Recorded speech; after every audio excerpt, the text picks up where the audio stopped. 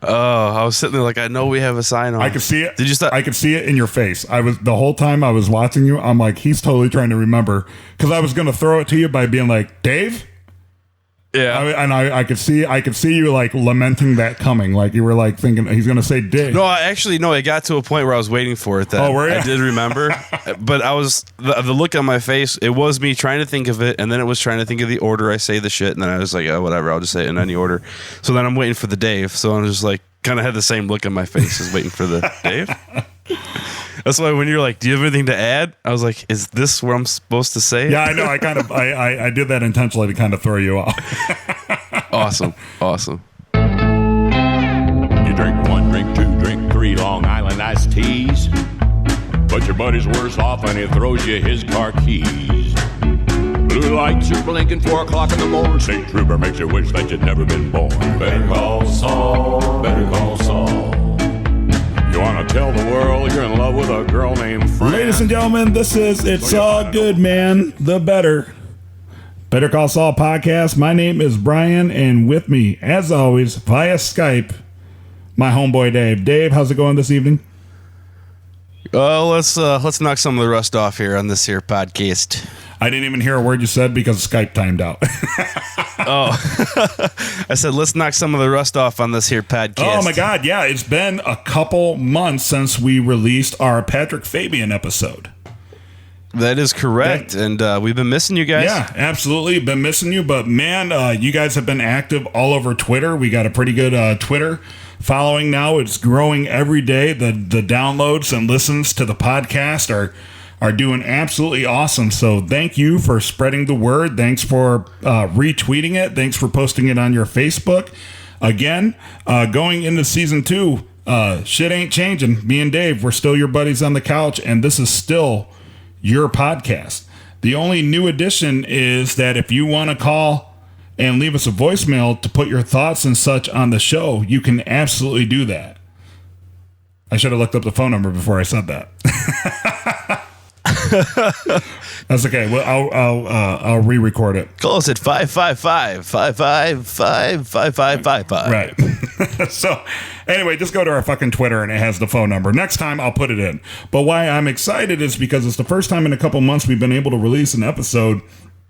And after Julian Emery and Ray Seahorn and Patrick Fabian and the 2 Fail Scout dudes, you know, I've been working really hard for you to keep getting members of the cast, but as it got closer and closer to them starting production on season 2, and now that they're in production on season 2, it's become increasingly harder to reach out to agents because they're like, well, our principals are in production right now. They don't want to talk to you, you know? Right.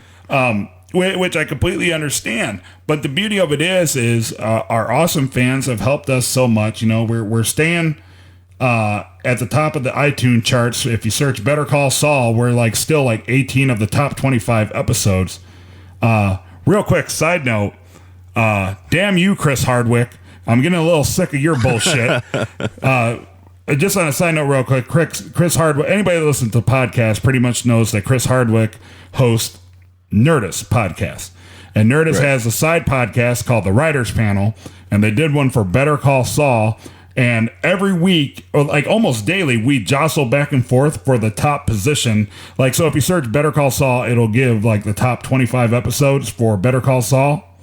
Mm-hmm. And almost daily, one of our episodes fights with the Nerdist Writers Panel for the number 1 spot. And so I always tweet Chris Hardwick, and I'm like, we got you surrounded, Hardwick, just give it up. but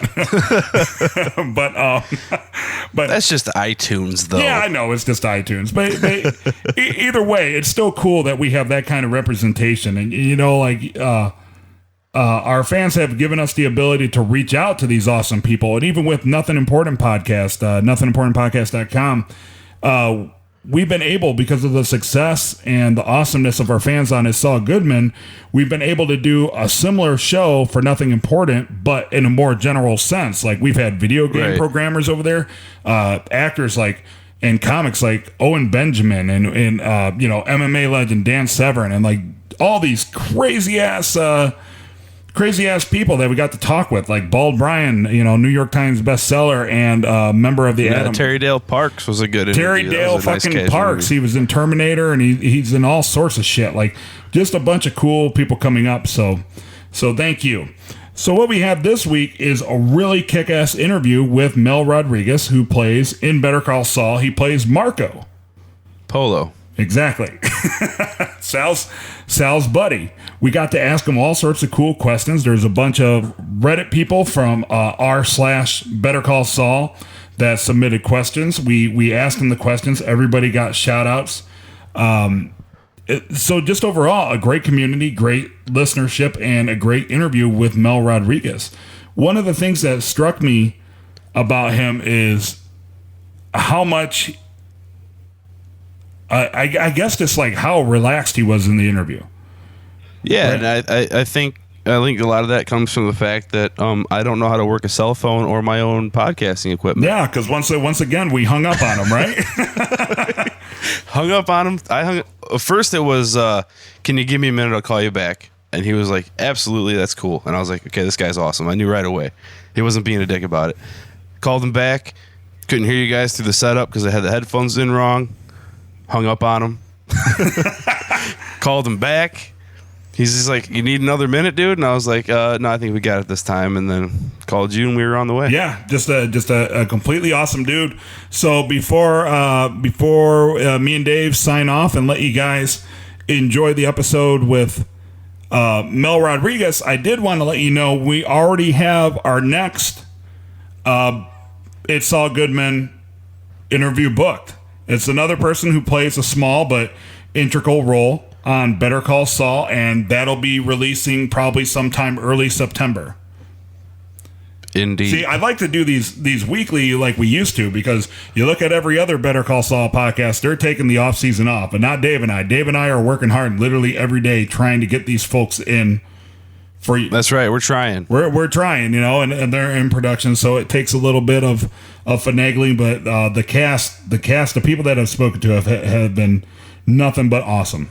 Yeah, they've been awesome, and they've been encouraging each other to come on, which is awesome. And they're having a good time. We're having a good time. You're having a good time because you're listening to us. And if you're listening to us because you're not having a good time, secretly you're having a good time because that's how you get a good time. That's exactly right. So be on the lookout in September for another episode of The Saul Goodman with another awesome character from Better Call Saul. But right now, check out our talk with Mel Rodriguez. Oh, God. Oh, okay. Yeah, see, I would have never figured that out. Yeah, it's been smooth so far. If you're good with technical stuff at all, I commend you.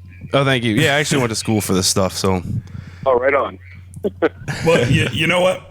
You know what, Mel? This is actually par for the course, because if there's one thing we do almost every episode is hang up on the person who's our guest. That's great. Yeah.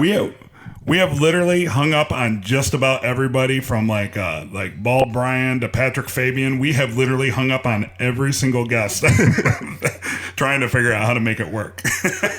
Well, yeah, they're all very nice people. I'm sure they understood. Oh, absolutely. Oh, yeah. Yeah, it's been a real treat. Yeah.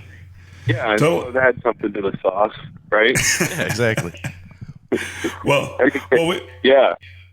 We won't keep you too long, but we'll just jump into it and have some fun. And if you don't mind, I actually have some questions from the Better Call Saul subreddit. Oh, okay, cool. All right. Well, ladies and gentlemen, on the Somewhat Important Hotline, he plays Jimmy McGill's buddy Marco on Better Call Saul, and is currently playing Todd on Fox's The Last Man on Earth. Mel Rodriguez. Mel, thank you for coming on our little podcast experiment. It's my pleasure, guys. Absolutely. So it's good to be here. We're so glad to have you. I got to be honest. Somehow, early on when we first started, It's Saul Goodman, I would always complain because we only had like 50 Twitter followers, and now we have like 11,000 or something like that. And I was scrolling down and I saw you, and I'm like, oh my God, I'm totally going to direct message him. Yeah, I saw that. I was like, wow, this is great. Yeah, no, and what was it, 2 days ago? Yeah, we got to talking on the direct message, and I still don't know how that works. I'm still trying to figure out Twitter. But I got your message, and you were like, "Would you like to come on?" And I was like, "Yeah, sure, let's do it." Absolutely. Well, we're glad to have you. Dave and I are big fans of Better Call Saul, and the beauty of your character Marco is you've played it so well, and you've made such a huge impact for having relatively limited screen time on that show. Oh, thank you, man. Yeah, I was really excited to get that call that I got. Just to have been part of Saul's journey, and becoming the guy he became. Part of his character development was just so cool. I remember telling my wife, because it was super secret, so I couldn't tell anybody anything about anything really. And I remember reading the scripts and telling my wife, I'm the reason Saul wears his pinky ring, Yeah. And that's my pinky ring. I gave it to him, he gets it from me. And I just thought that was really, really cool. I love the way they're, developing Saul and letting us know he was such an interesting character in Breaking Bad. And just Absolutely. to see him become, what we get to see why he becomes the guy he becomes is really cool. Right, and now you're such a huge part of that. Was it weird? Was it weird for you knowing that you would have really limited screen time, but but you're such an integral part of the story? Did that put any pressure on you to perform, or? Well, I found out I had gotten cast, I think maybe a week before we actually started shooting. So, wow. And I didn't have really much information at all, except that I was a really big fan of Breaking Bad, so I'd seen that twice. Mm-hmm. And but I got these scripts about a week before, and I knew he was from Cicero, and I thought, man, I've got to do, he's got to have a Cicero accent. I'd never done Cicero before, but I had kind of played around with Chicago a little bit. Mm-hmm. And they, and so, I wanted it to be authentic. And so I called up a couple of friends. Like I was telling you earlier, my dad lived in Hammond, and we used to go to Chicago all the time. So, and then Bob helped me with that too. But it was just, it felt like we really crammed a lot into, that small amount of time that we did have, And I just, I love these guys and respect them so much. I just really knew I had to bring my A game. So I did my best. Yeah, and you totally did. The great thing about your character is, part of the fun of Better Call Saul is that we know how it ends up. And so Dave and I, we always push our podcast as we're not the analytical, let's analyze everything. We're kind of like everybody's buddy on the couch, where we just like to give theories off the top of our heads and such. And I remember when we saw your character, we're like, oh man, this is awesome. This guy's kick ass, and they're doing the flashbacks. There's gonna be more shenanigans, I guess you could say, with this guy. And then no, they really gave us kind of all we needed, but we wanted more. Oh yeah, me too, man. I'll tell you,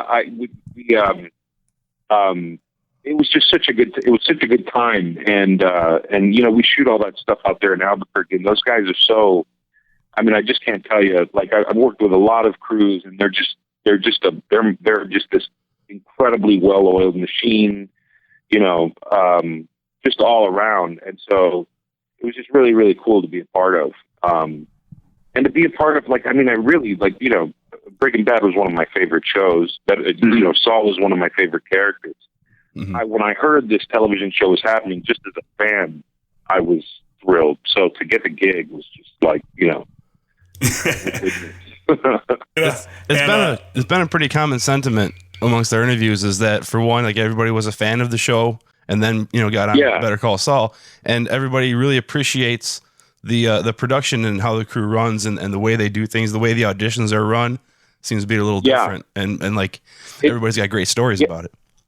It is, yeah. Going into the audition, they didn't. I didn't even get. Usually you'll get copy, and they were very, very secretive about this copy. They were all watermarked with your name, and they had all these codes on them, so that you couldn't copy it. And, once you got the email, self-destructed and all this stuff. And I mean, really, they were really careful about leaking stuff. And then I actually ended up finding out that the sides we got for the audition weren't even part of the show. They read very much kind of like almost like I don't know if you guys are familiar with David Mamet's American Buffalo, that play. No.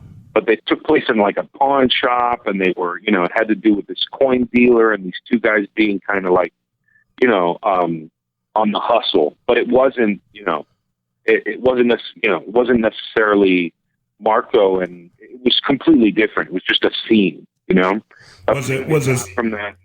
What's that? I'm sorry, I didn't mean to cut you off. Was it similar to like the coin scene in the second episode where they were? It was a little of that, but they weren't even. They weren't in a bar pulling that hustle there. They weren't. Mm-hmm. They weren't. They were in a pawn shop.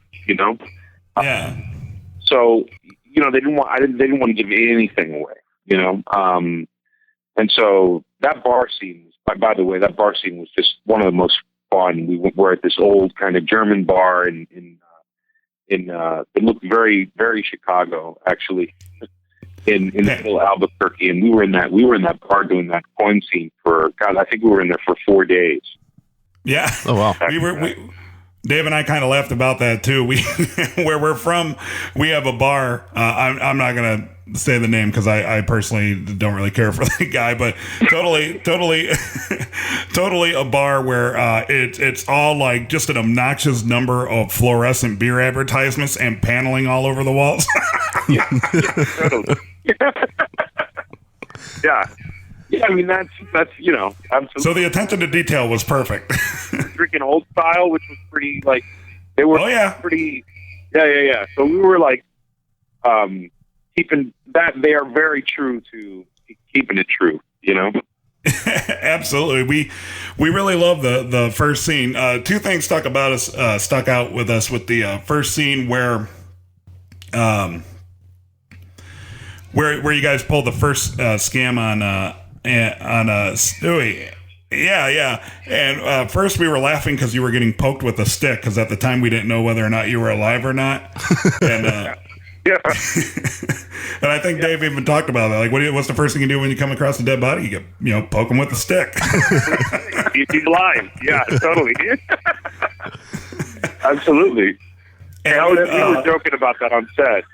Yeah, it's so great. And then when you started, when it was, your character, when Marco was actually just kind of, supposed to be in a haze, and he started calling them buttholes. Yeah. Such and I think that was the thing too. Me and Bob talked about that. Is that I think Marco got a real kick out of getting an opportunity to act. You know what I mean? Uh-huh. Mm-hmm. Like, yeah. These guys. It was so much fun, man, because they go back, they're best buddies, and I feel like on some level, obviously not like hustling like they did, but I had friends that we pull pranks and stuff like that, and like just afterwards like sit down and kind of reminisce about like this and that. And I think the two of them were just Marco especially was really proud that they were able to pull that scam off. Yeah.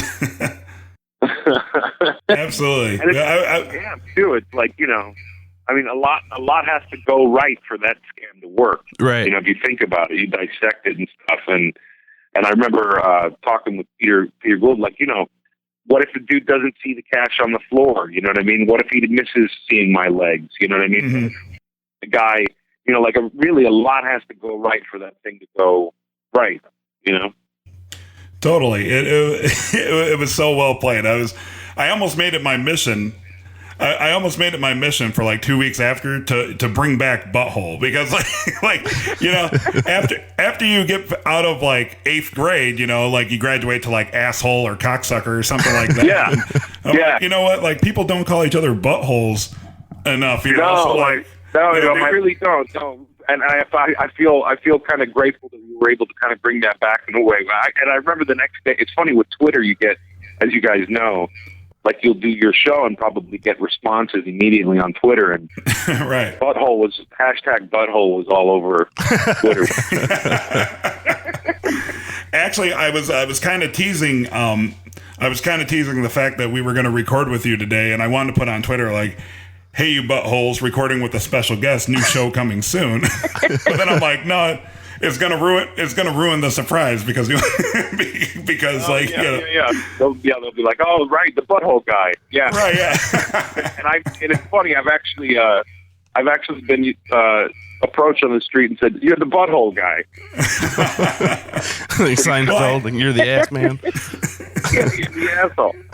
Yeah. Well, I think it's just a testament to how you played the character, because what works so well is, I mean, it at its base, I mean, it's a really funny scene with a lot of, like the poking with the stick and the totally immature use of pejoratives and stuff like that. But like with the tone and the kind of juvenile humor of it all, and it's just such a great scene. And I think that's why a lot of people, really kind of fell in love with the character, because like everybody has a buddy like that, where like even when you're even the most serious moments, you're still have these stupid little inside jokes, or if you're trying to pull something, you'll do something just to kind of aggravate your buddy a little bit, even when it's inappropriate. And like, absolutely. I mean, hell, me and Dave have made 2 podcasts based around that thing. Yeah. I mean, sure. I mean, that's, and I think that's the thing. I think that's kind of, which I was really proud and honored to be able to do, was, is that, I'm kind of one of those guys in the story that is, Marco's one of these guys in the story that's responsible for,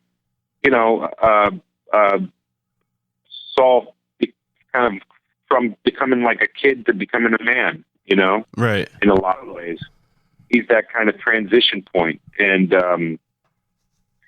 then, and him making that decision to, it's interesting what I love that about Vincent and Peter, is that they're really into these character driven stories, and what a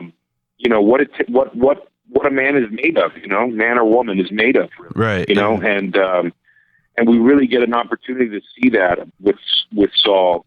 I was talking to somebody earlier, like, I think if The Godfather were around today and Francis Ford Coppola was doing that, he might do it on Netflix or AMC or something nowadays. We get an opportunity to have an entire season about, Sonny Corleone, which would have been fucking awesome, Right, yeah. Sorry, excuse my language. No, you can say whatever you want. Yeah, that's cool. Or you get an opportunity to see like all these great characters, like who was that character who I love so much? He shows up and is talking to Marlon Brando. Luke Brott, Oh yeah, Lucas Brott. The whole season about Luke Brott, where he sleeps and what he's about, like what made him become a killer, and what these things that make people tick. And that's the really great thing about these guys, is they write so dimensional, Totally. Right. Well, and their show, like the whole point of every show that they're the Breaking Bad and Better Call Saul, the character development is the show. Like they're Breaking Bad. Absolutely. Yeah. Absolutely. And those are the things I grew up watching, and they're happening on TV, and they're these big, like 20-course meals now rather than just a snack. Not that The Godfather was a snack at all. That was a meal, Mm-hmm. But then, there are all these other, chapters, which is just so cool, I mean, it really is like you've had just the right amount. Like you get a script like that, and it's like all you got to do is dance. It's like you've got the greatest amount, you've got the perfect amount of booze in your system, and your favorite song comes on, and and you just you know exactly what to do. Instinct takes over. So right, I totally know how you feel. I get like 6 or 7 beers in me, and if Hold On by Wilson Phillips comes on at the bar, I am rocking that shit out. Wilson Phillips. It's time to get on that dance floor, dude. Right on. Dave will attest. Dave? Yeah, you're the reason I know how to play that song on guitar, yeah.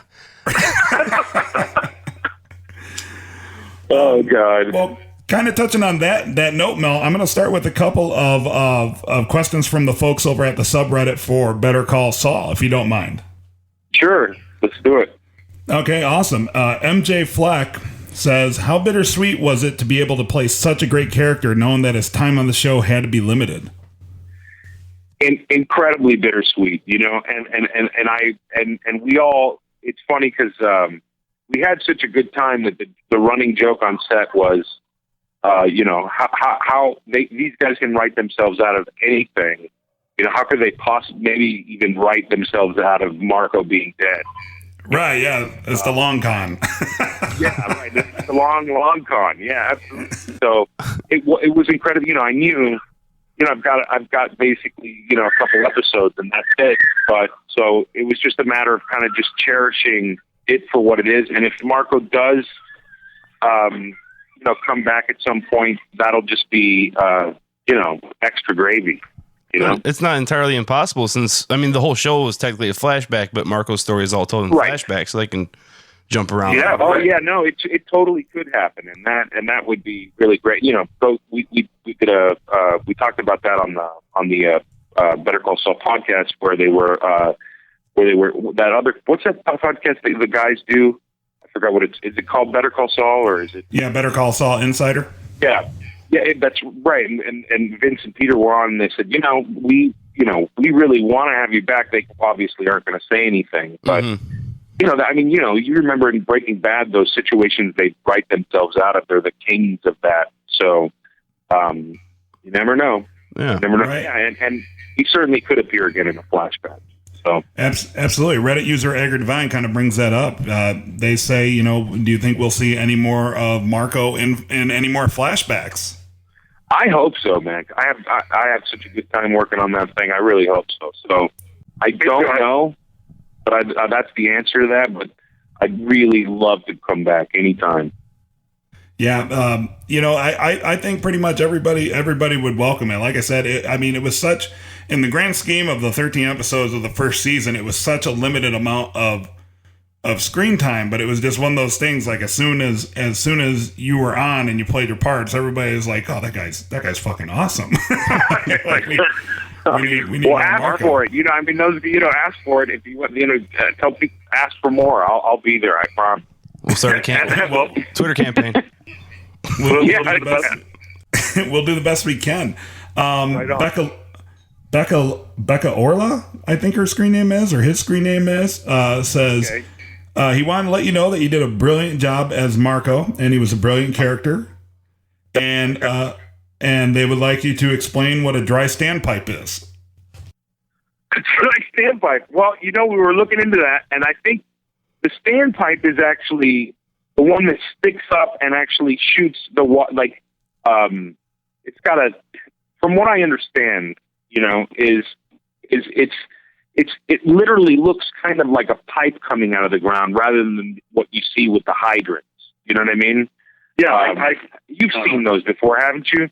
Actually, in my professional life, I actually have to deal with them and took some training on them. So, I actually get some light on it.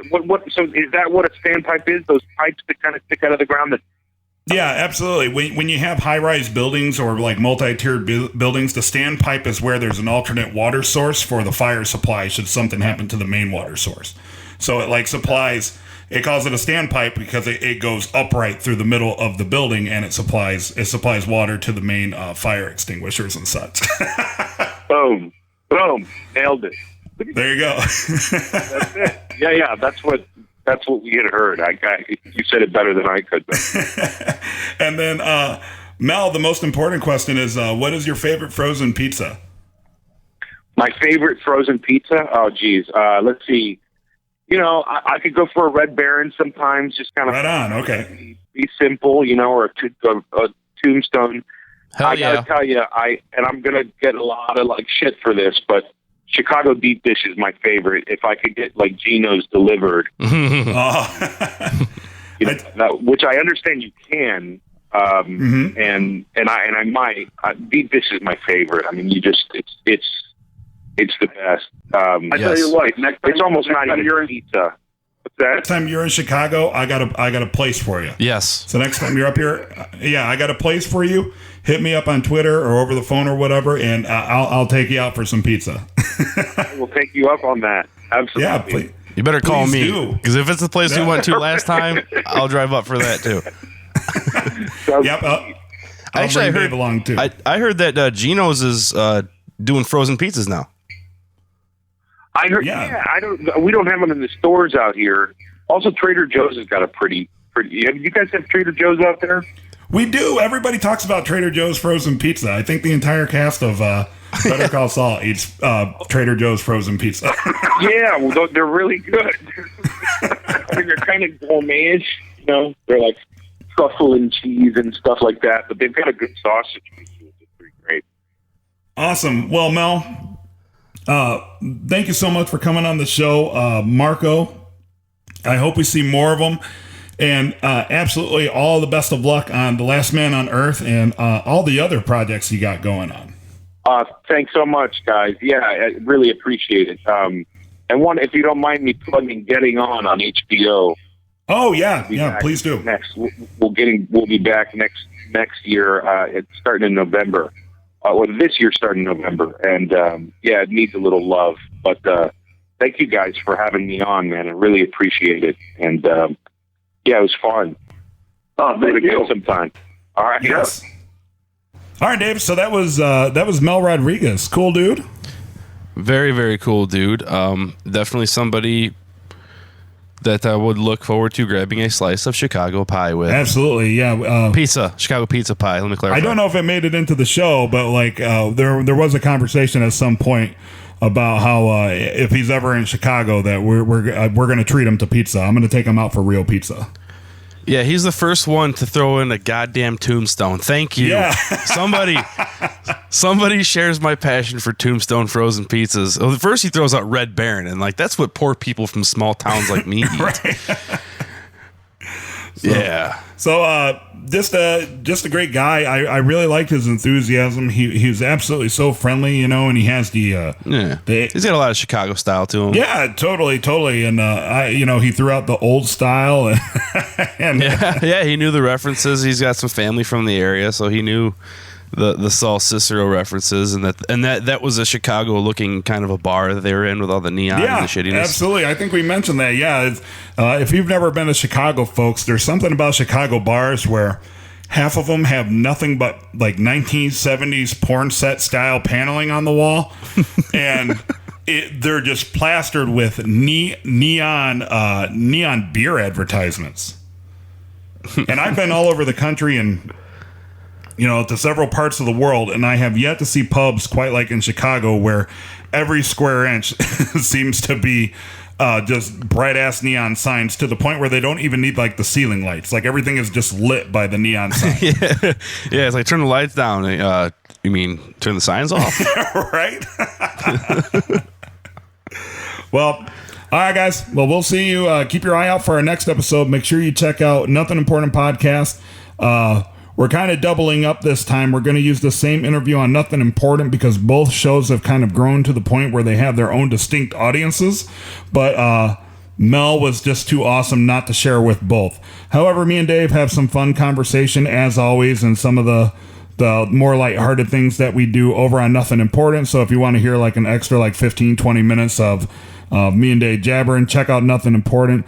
Also, if you want to check out our interviews with people not Better Call Saul related, people from other TV shows and movies and books and other podcasts and video game developers and entrepreneurs like Mike from Cuban Sriracha and Eric from Tugboat Coffee and Chris from Devil's Trumpet Brewing Company out of Maryville, Indiana. Just awesome. Cino from Two White Crew. Just like all these awesome people that have sat down and talked with us. Check us out at nothingimportantpodcast.com. As always, for It's Saul Goodman, you can find us at It's Saul Goodman, itssaulgoodman.com. You can find us at Twitter at ISGM Podcast. Anything else you want to add, Dave? Call us idiots. Call us geniuses. Whatever. Just call us. You didn't even remember what you were going to say there for a second, did you?